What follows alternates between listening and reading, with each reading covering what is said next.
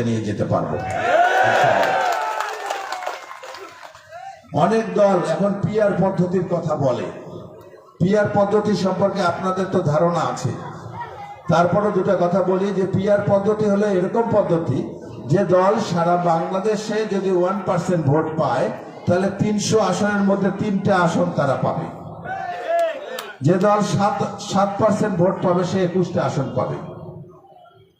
তাহলে আপনারা হিসাবটা বুঝে নিয়েন, যারা ছোট ছোট দল যারা মনে করে যে আমরা 7%, 8%, 10% ভোট নিয়ে আমরা তো ক্ষমতায় যেতে পারবো না বা উল্লেখযোগ্য আসনও পাবো না, সেই কারণে তারা পিআর পদ্ধতিকে সমর্থন করতেছে। কারণ বিএনপি যদি শতকরা 40% মানুষের সমর্থন পায় তাহলে বিএনপির ঘরে পিআর পদ্ধতিতে 120টা আসন আসে। কিন্তু আপনারা বলেন বিএনপি কি 120টা আসন পাওয়ার মতো অবস্থানে আছে এখন? সারা বাংলাদেশে 300 আসনের মধ্যে ইনশাল্লাহ বিএনপি 250-র অধিক আসন পাবে ইনশাল্লাহ। আর সেখানে আমাদেরকে 120টা আসন দিতে চায়। এটা একটা পলিসি, এটা একটা পলিসি যাতে করে আমাদের দল সংখ্যাগরিষ্ঠ আসন পেতে না পারে। আবার অনেকে ভোটবিহীন অবস্থায় ভোটের উল্লেখযোগ্য পরিমাণ ভোট না পেয়ে এমপি হওয়ার স্বপ্ন দেখে। আমরা পিআর পদ্ধতির বিরুদ্ধে আমাদের অবস্থান, আমাদের জাতীয় নেতৃবৃন্দ পিআর পদ্ধতির বিরুদ্ধে অবস্থান নিয়ে তাদের বক্তব্য ক্লিয়ার করেছে। আগামী নির্বাচন ইনশাল্লাহ পিআর পদ্ধতিতে হতে দেওয়া হবে না। যাই হোক, বক্তব্য দীর্ঘায়িত করব না। যে কাজটি এখন থেকে আমাদেরকে করতে হবে সেটা হলো মানুষের পাশে দাঁড়াতে হবে।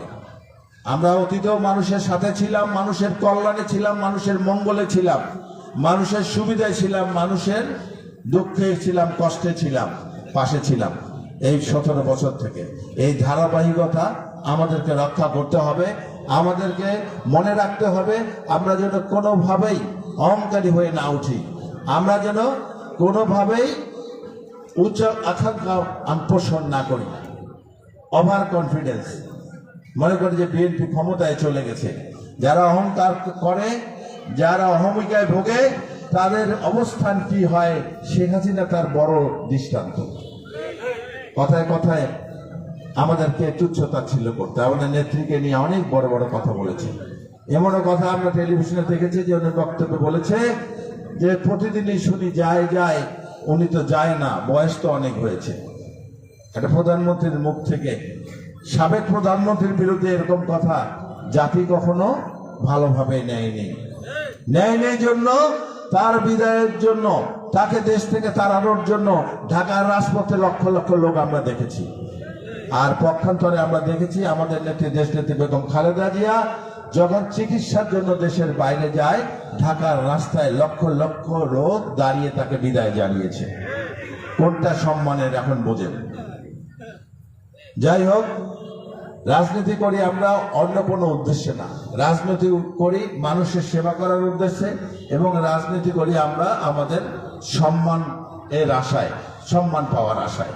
সেইভাবে আপনাদের আচার আচরণ, যারা নেতাকর্মী আছেন আজকে যারা দায়িত্ব পাবেন নতুন করে, তাদের কাছে আমি এটাই আবেদন রাখি যে ভাই, আপনাদের আচার আচরণের জন্য মানুষ কষ্ট না পায়, আপনাদের আচার আচরণের জন্য অন্য কোনো দল আমাদের দিকে আঙ্গুলি তুলতে না পারে, সব সময় সজাগ থাকবেন, সচেতন থাকবেন। তো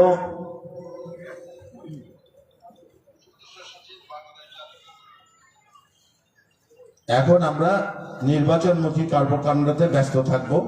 আমরা মানুষকে কনভিন্স করার চেষ্টা করব যে বোঝাতে সক্ষম হতে হবে আমাদেরকে যে আগামীর নির্বাচনে বাংলাদেশের সংখ্যাগরিষ্ঠ মানুষ বিশ্বাস করে যে ইনশাআল্লাহ সরকার গঠন করবে বিএনপি। তাই এলাকার উন্নয়নে, এলাকার মানুষের কল্যাণে এবং এলাকার স্বার্থে এমপি বানাতে হবে যে দল সরকারে যাওয়ার সম্ভাবনা বেশি থাকে, ঠিক কিনা? আমরা সবসময় যারা বিএনপি করি জনগণের কল্যাণে কাজ করার চেষ্টা করেছি। আপনারা জানেন সাম্প্রতিককালে আমরা একটা জনগণের কল্যাণমুখক একটি আন্দোলন গড়ে তুলেছিলাম। গত 22 সালে এদেশে চাল ডাল তেলের দাম বৃদ্ধির প্রতিবাদে আমরা আন্দোলন করেছি। 1 মাসে আমাদের 13 জন সহযোদ্ধাকে গুলি করে পাখির মতো গুলি করে মেরেছে তৎকালীন সরকার। তারপরও আমরা থেমে যাইনি, আমরা আন্দোলন করেছি। 5ই আগস্টের পরে আমরা যে তিস্তা আন্দোলন করেছিলাম আপনাদের মনে আছে? আমরা তিস্তা পারে রাত্রি যাপন করেছি। আমরা জানি এই তিস্তা নদীর করাল গ্যাসে প্রতি বছর এই আমাদের পাটগ্রাম হাতিবান্ধা 7টি ইউনিয়ন বন্যা কবলিত হয়। তিস্তা পারের মানুষ পানিতে তাদের গবাদি পশু থেকে শুরু করে ঘর বাড়ি সবকিছু ভেসে নিয়ে যায়, তারা ক্ষতিগ্রস্ত হয় প্রতি বছর। পার্শ্ববর্তী দেশ বন্যার সময় পানি ছেড়ে দেয় আর শুষ্ক মৌসুমে পানি আটকায় দেয়।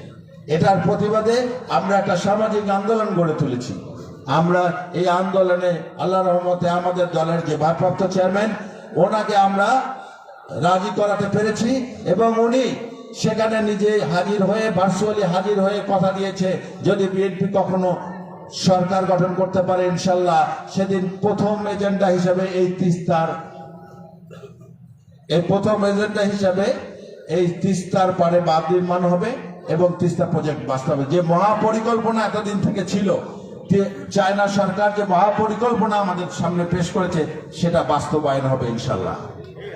আর এই তিস্তার মহাপরিকল্পনা বাস্তবায়ন হলে সেখানে 5 লক্ষ লোকের কর্মসংস্থান হবে। কারণ তিস্তাকে খনন করা হবে, পানি সংরক্ষণ করা হবে, দুধারে বাঁধ নির্মাণ করা হবে, বাঁধের পারে অনেক ইন্ডাস্ট্রি হবে। সেই ইন্ডাস্ট্রি হবে, স্যাটেলাইট শহর গড়ে তুলবে, রিসোর্ট হবে, হোটেল হবে, মোটেল হবে, যেখানে আমাদের এই এলাকার 5 লক্ষ লোকের কর্মসংস্থান হবে। দেশে বিদেশে আমাদের আন্দোলন এটা ব্যাপকভাবে প্রচার পায় এবং এ কারণে সরকারের টনক নড়ে এবং চায়নার সরকারের প্রতিনিধি দল এর মধ্যেই তিস্তা পারে ভিজিট করে চলে গেছে এবং তারা এখন প্রক্রিয়ার মধ্যে আছে। সরকার বলেছে জানুয়ারি মাসের মধ্যে এই কার্যক্রম শুরু হবে।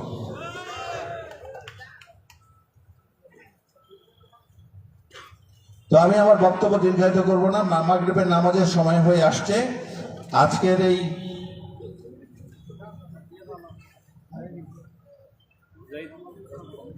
আজকে যারা নতুন দায়িত্ব পাবেন তাদেরকে আমি অগ্রিম অভিনন্দন জানাই এবং তাদেরকে জনকল্যাণে কাজ করার জন্য এবং শহীদ রাষ্ট্রপতি জিয়াউর রহমানের আদর্শ মানুষের মাঝে ছড়ানোর জন্য কাজ করার জন্য অনুরোধ থেকে আমি আমার এখানে বক্তব্য শেষ করছি। খোদা হাফেজ। বাংলাদেশ জিন্দাবাদ, বাংলাদেশ জাতীয়তাবাদী দল বিএনপি জিন্দাবাদ, খালেদা জিয়া জিন্দাবাদ, আমাদের ভারপ্রাপ্ত চেয়ারম্যান তারেক রহমান সাহেব জিন্দাবাদ, আমাদের অভিভাবক অধ্যক্ষ আসিফুল্লাহ রুদ্দুল ভাই জিন্দাবাদ।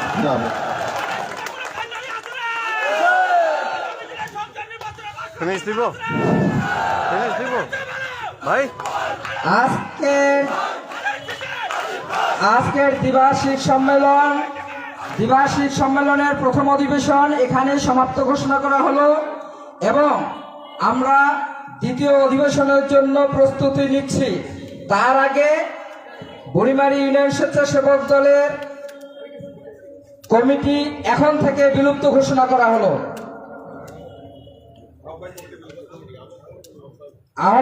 বুড়িমারি ইউনিয়ন স্বেচ্ছাসেবক দলের আহ্বায়ক কমিটি এখন থেকে বিলুপ্ত ঘোষণা করা হলো।